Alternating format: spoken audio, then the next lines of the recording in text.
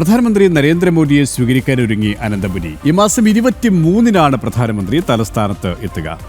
നഗരസഭയിൽ BJP നേടിയ ചരിത്ര വിജയം ആഘോഷമാക്കാനാണ് പ്രധാനമന്ത്രി എത്തുന്നത്. തദ്ദേശ തെരഞ്ഞെടുപ്പിന് മുന്നോടിയായി BJPയുടെ വികസന രേഖ പ്രധാനമന്ത്രി ഔദ്യോഗികമായി പ്രഖ്യാപിക്കും. രാജ്യത്തിന്റെ പ്രധാന സേവകനായ പ്രധാനമന്ത്രി നരേന്ദ്രമോദിയെ സ്വീകരിക്കാൻ ഒരുങ്ങിയിരിക്കുകയാണ് തലസ്ഥാനം.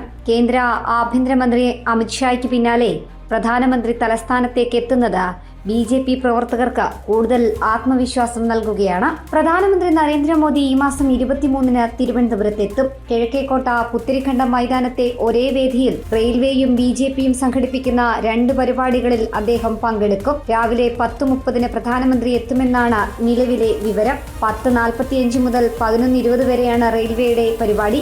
4 ട്രെയിനുകളുടെയും വിവിധ റെയിൽവേ പദ്ധതികളുടെയും ഉദ്ഘാടനം പ്രധാനമന്ത്രി നിർവഹിക്കും.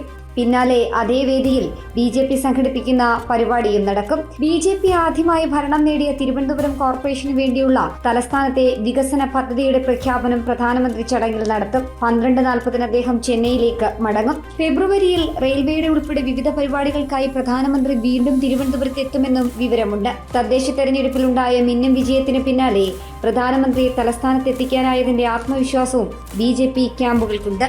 ജനം, തിരുവനന്തപുരം.